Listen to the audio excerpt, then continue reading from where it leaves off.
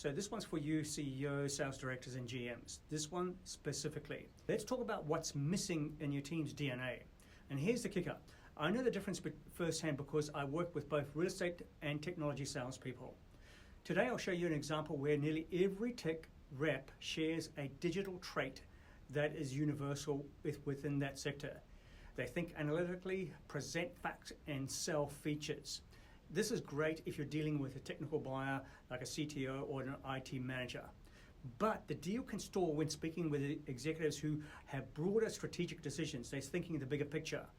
The result is deals stay stuck longer, there's decision delays, or it vanishes entirely, leaving a trail of expensive, stalled opportunities in their wake. The no decision is a real problem in technology sales. Now let's compare this to real estate sales, where it's commission only, no safety net. If a real estate agent doesn't close, they don't get paid. End of story. In real estate, the top performing 20% bring in 80% of the business. But in technology sales, where there's a strong base salary, means less immediate urgency. The drive to perform and close every deal isn't backed up into this team structure. So what happens? Only a handful of reps bring in the major big wins, while the others settle into a comfort zone. If you want more feature pushing and number crunching, it's time to identify those deal makers. Those are the reps who can open conversations, lead strategic discussions with the client, and keep the energy moving forward.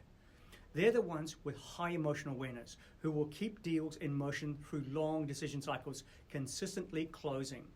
Now, if you're ready to rethink your hiring and training strategy, let's talk. Book a time on the calendar link below.